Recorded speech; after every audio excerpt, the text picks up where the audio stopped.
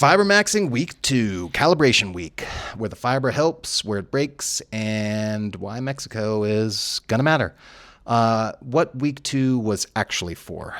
Week 2 was not about pushing harder, it was about calibration. Week 1 showed me that fiber creates friction early. Well, and having too many goals creates friction early. But week 2 was about finding that usable range, the amount of fiber that improves appetite and health without quietly pushing calories to maintenance. So don't chase fiber, don't chase protein, and try and hit a gram number and then end up blowing your weight loss progress because you just added in a bunch of extra calories you didn't need. This distinction matters, especially if the goal is fat loss in your 40s, not just eating healthy. So let's go over the week 2 plan exactly as it was run. And before I get into the outcomes, here's what we did. Daily habits, weigh in every morning. Still doing that. Love that. Very good habit. First real meal anchored by beans, or really trying to hit 20 grams of fiber. I was doing 1 scoop of inulin, which I picked up this week. This is the fiber that they pull from Jerusalem artichokes. It's also in asparagus and chicory root, but you can buy it as just pure inulin. And so I would have that alongside my coffee. Fiber floor, I set for at least 35 grams a day, which is the technical definition people online are using for Fibermaxxing, which is just, let's take our normal fiber of 10 to 15 grams a day and get to at least the minimum of 30 to 35 grams a day and see how that helps us. And I did no chasing fiber late at night, no trying to make up with scoops of inulin. That was really the inulin experiment, if you will, and it more or less is still working to this day, almost, many, many weeks later, is that inulin is going to lead to the second meal effect, that where you have it every day with your coffee, and by the time it gets down to that, space in your intestines between the small and the large, I forget what it's called, but it sends a signal to your brain, the second meal effect, where it basically makes you more full, and it says, oh, there's plenty of food here, we don't need to be super hungry. It's supposed to dampen your hunger a little bit. Whether it was the inulin or just my belief in it, the skipping breakfast and just having coffee and having my first big fiber meal at noon got a lot easier. And I'm still doing the inulin now. So is it helping? Is it not? It's not that expensive, and it's not that hard to do, and it doesn't taste like anything. And one way or another, it's also feeding my gut bugs. So even if it's not affecting my appetite, it's helping somebody. Maybe not a human person, but part of a human person. Other non-negotiable rules: beans anchor the first meal. Beans are an easier way to think of fiber than hit 20 grams of fiber.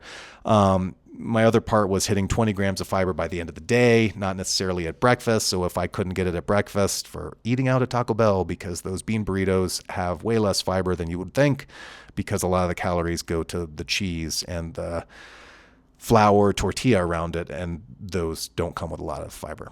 No dairy is required. No guilt about later meals. What I observed but didn't try and focus on or control too much was hunger timing, and my 7-day averages and the daily weight fluctuating all over the place. Week 2 isn't about optimization yet. It's about watching these rules and putting them in place and seeing how they behave and seeing what my numbers end up being because of it. So daily weigh-ins were pretty noisy. My weight bounced from the low 172s to the mid 175s, sometimes jumping a pound overnight or more. That kind of movement is easy to misinterpret, but context matters. Fiber will increase your gut content, so you'll just have more weight in your guts. That's not fat, that's just numbers. Carbohydrates increase water retention, and definitely so does fiber. Like if you ever read how to take Metamucil, it says you have to do it with lots of fiber, because if it's too dry, it'll either absorb the water from your body that your body might probably needs, or it'll slow things up, and you don't want that happening. So you need to have lots of water with fiber, and it's going to get that water one way or another. And I also had a lot of heavy sodium meals. Like a Chipotle burrito is great, and it's easy and it's tasty and wonderful, but it comes with a lot of sodium. And the potassium in the beans kind of helps balance that out, but it still comes with a lot of sodium, and that means hanging on to that water weight. And that is what it is. And I clearly saw this over the month with the scale. Like, oh, I had a big eat out right beforehand, and my weight went up 2+ pounds, maybe 3 the next morning. Whatever. Sodium and fiber. None of this is fat. When I zoomed out to the 7-day average, the story was clear. Weight wasn't falling quickly, not as fast as I want, but it wasn't climbing either. That's maintenance territory, and maintenance is not failure. Maintenance is information. So, and again, not impressive. YouTube, blah, blah, blah, drop 20 pounds in 20 days. But again, I'm looking for a pattern that'll let me hit a maintenance level at a weight level that I'm happy with, keeps me light, full of energy, and makes me look good. So it is what it is. That's what I'm going after here. So what did fiber do well here? What's it good at? So hunger did come later. Meals, they felt more complete. My cravings were quieter, and this became more and more obvious as the weeks went by. Like my cravings for like sweets, and I still ate all those things. I still had ice cream and cheat meals and blah, blah, blah. They just didn't have the pull over me. And it was a real subtle change. Like I remember watching the Jim Gaffigan special, and he talked about this when he was on Monjaro, and how like life, I don't know how he phrased it exactly, but it just, there weren't the highs and the lows anymore. It was just way more stable and way more boring. And as a comedian, that's funny to him, and he made it funny, but it's, to me, that's practical. Like you still want ice cream, you can still enjoy it, but it's not going to consume you like it did before, as you consume it. And my evenings, depending on how much I'd eaten for how low for how long, required less decision making. Sometimes there'd be hunger, and I had to use my OMAD hunger skills to get through the evening and then restart the next day. Beans is the first real meal. That was especially powerful. On days where the first real meal was bean-based, the entire day felt easier. On days where that anchor was stripped away, everything felt more reactive. And that told me something important. Fiber doesn't just reduce hunger, it sets the tone for the day. And it might be a boring tone, but boring is how you get to your goals. Boring is how you do your job. Boring is how you get what you want out of life. It's how you progress. Like a drive from Los Angeles to New York is boring, but you get there. It just takes some time. So let's talk about what happened with me and where fiber worked against me for fat loss. So midweek of week 2, I noticed a subtle shift. I wasn't hungry. I was more comfortable, but the scale wasn't moving. And that combination to me was a red flag, because my OMAD days taught me that hunger is losing weight, blah, blah, blah. And just in general, my losing weight multiple times in the past. Looking at the food logs in depth with a little ChatGPT coaching help, and going back and forth with it, obviously. The pattern was obvious. I wasn't using fiber to replace calories. I was using it to justify more food. Extra beans, extra fiber focused sides, hit your fiber goals, meals engineered to hit fiber numbers rather than satisfy appetite. Everything looked healthy. The fiber numbers were good, but the calories were drifting up quietly and consistently. Fiber hadn't failed. It had succeeded too well, really. Let's talk a little bit more about that inulin stuff. Adding 1 scoop of inulin had a clear effect that I noticed in the week. My hunger dropped, the food noise quieted, satiety lasted longer between meals, but stacked on top of already high fiber intake, it already pushed total fiber into the 45 to 50 grams per day range. And at that level, my appetite control was great. Calorie intake drifted more into maintenance and less into weight loss, and this stalled my fat loss. So this is an important distinction here. Fiber improves the appetite, reduces the cravings and the hunger burn, but it doesn't help so much if you're chasing fiber numbers with the calorie math. If fiber makes overeating comfortable, fat loss pauses. That's not a flaw. That's how the fiber lever works. So this was the real lesson of week 2 for me. There is a fat loss range for fiber. Too little, you get hunger, cravings, chaos. Too much, comfort, maintenance. For me, the range appears to be 35 to 40 grams a day, not 45 to 50. Once I crossed that line, fiber stopped displacing calories and started adding them. That realization changed how I thought about the experiment. Fiber wasn't a target to chase, it was a floor to protect my appetite.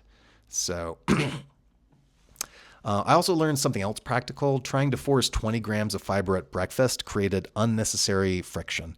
Eating out became difficult. Calories would creep up because that would be a lot more calories early in the day, and then I didn't have that buffer if things changed in the afternoon or evenings.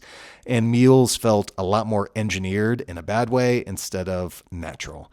Even a solid, repeatable breakfast like chili and sourdough hit 17 grams of fiber with excellent satiety.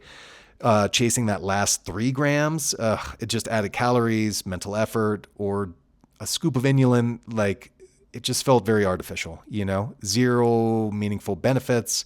And remember, I want the weight loss, but I also want something that's going to work forever.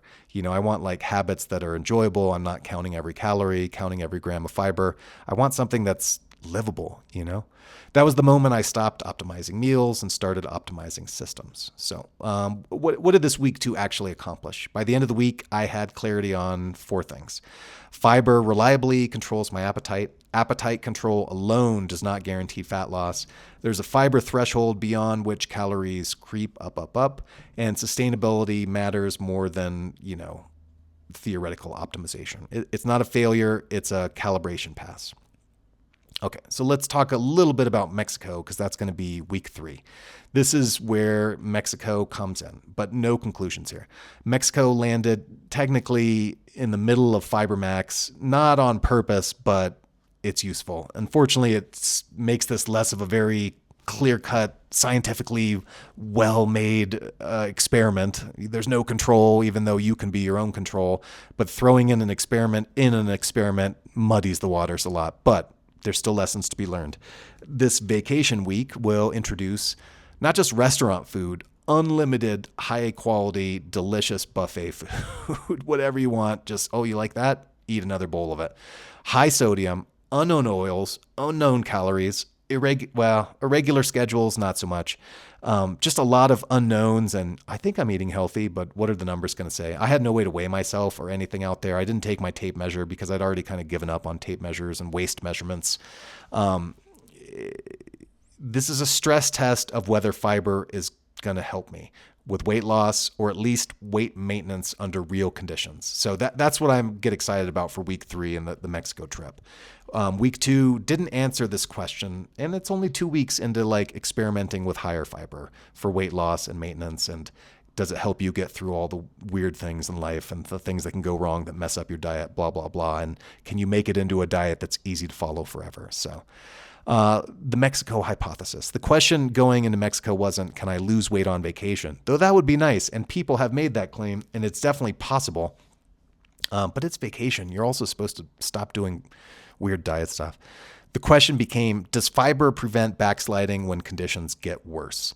And then can I bring those lessons learned back? If fiber truly stabilizes appetite and decision-making, then even without calorie tracking, binges should be less likely. Indulgent meals shouldn't cascade, and they shouldn't be so pulling. And maintenance should be pretty achievable and easy, or achievable.